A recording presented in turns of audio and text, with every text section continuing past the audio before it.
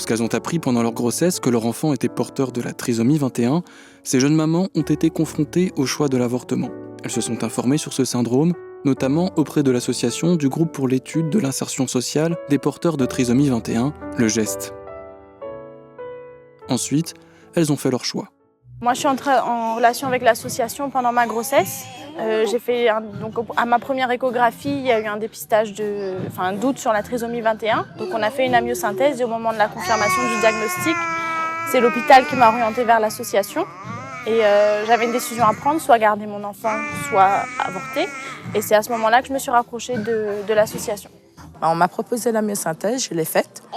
Donc, après, comme pour les autres, jusqu'à la fin de ma grossesse, on m'a dit de me faire avorter. Oui, que je pouvais mettre un terme à ça jusqu'à la fin, jusqu'à ce que j'accouche. C'est venu tout naturellement une fois que j'avais rencontré les parents et les autres enfants de l'association, puisque une fois qu'on les voit comme ils sont là, le choix est vite fait. On ne se pose pas la question finalement. Une fois qu'on les voit, on sait qu'ils ont tous le droit d'être là. Donc voilà, une fois que j'ai rencontré les enfants et les parents de l'association, ma décision était prise. Au début, mon mari, lui, depuis qu'on l'a appris, il ne voulait pas l'enlever. Moi, j'avais un petit peu peur. Parce que c'est pas pour là, mais c'est pour plus tard. Si elles sont des mamans épanouies, elles se trouvent malgré tout face à des difficultés. Selon elles, ce serait la société qui ne serait pas adaptée à la différence de leur enfant. Je me suis dit que je voulais cet enfant quoi qu'il arrive. Mais c'était pas du tout une décision facile, non. Parce que le corps médical et puis la société vous met la pression pour avorter. Parce que c'est un enfant différent, c'est pas un enfant normal. Donc forcément, ça va créer des problèmes et voilà. La société fait qu'on se sent un peu à part en fait. On n'est pas totalement intégré en fait. On se bat pour tout. Parce que tout le monde en fait, j'ai l'impression qu'il stigmatise en fait.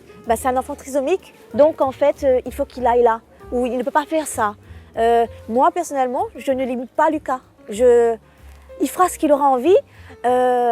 Quand il trouvera sa limite, j'accepterai en fait. Enfin, je veux qu'il explore tout son potentiel en fait. Cette pression sociale place les mamans au cœur d'une contradiction. Elles veulent le meilleur pour leurs enfants, mais ce meilleur ne se trouve pas dans les standards de vie que la société propose. Si c'était à refaire, je referais tout exactement de la même façon. Demain, si vous arrivez, vous me dites « je t'échange Eden contre un autre enfant exactement le même, sans sa trisomie, je n'en veux pas. Je veux Eden comme il est, si c'était à refaire, je reprends comme ça. » Mais pour autant, c'est paradoxal, oui, c'est contradictoire, mais je donnerai tout pour que mon enfant soit comme les autres. Parce que pour lui, pas pour moi, je le veux comme ça, mais pour lui. J'aimerais qu'il fasse des études supérieures, j'aimerais qu'il réalise tous ses rêves, et je ne suis pas sûre que demain il puisse réaliser tous ses rêves. Je ne suis pas sûre qu'il puisse passer son permis, par exemple, je ne suis pas sûre qu'il puisse voyager tout seul, je ne suis pas sûre qu'il puisse avoir des enfants, j'en suis même certaine qu'il n'en aura pas. Je ne suis pas sûre qu'il puisse construire une maison un jour, avoir une vie de famille, ce genre de choses. Être comme tout le monde finalement. Mais moi, je le veux comme ça. Pour lui plus tard. Pour apporter un soutien aux familles et promouvoir l'inclusion des personnes concernées par la trisomie 21, l'association Le Geste propose des activités culturelles qui permettent aux parents et à leurs enfants de se retrouver, d'échanger. On rencontre beaucoup de difficultés, mais c'est avec d'autres parents qu'on peut trouver conseil, quoi. Je suis la maman de Julien, il a 15 ans. Et je fais partie de l'association Geste 21 depuis sa naissance, je vais dire. Il avait à peu près 2 mois.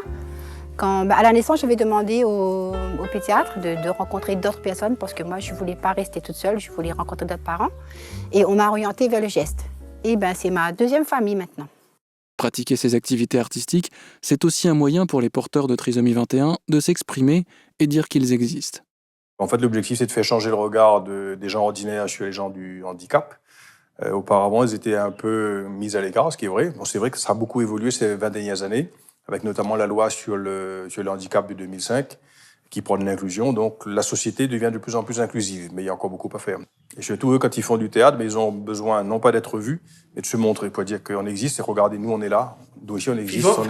Vivant. Et on est capable de faire des choses, et de belles choses.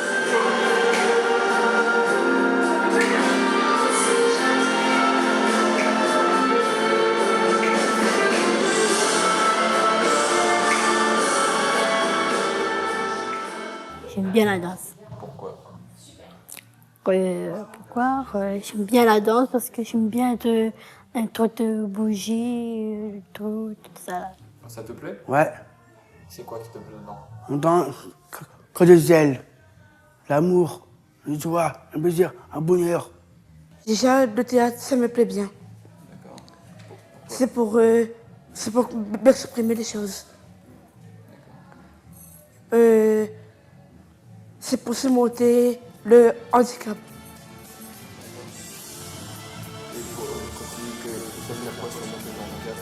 C'est parce que j'adore être capable, être comme les autres. Les activités artistiques donnent un véritable espace d'expression aux personnes concernées par la trisomie 21. Une expression qui participe à faire évoluer la société et pourquoi pas à fabriquer leurs propres rêves. Mais il n'y a qu'un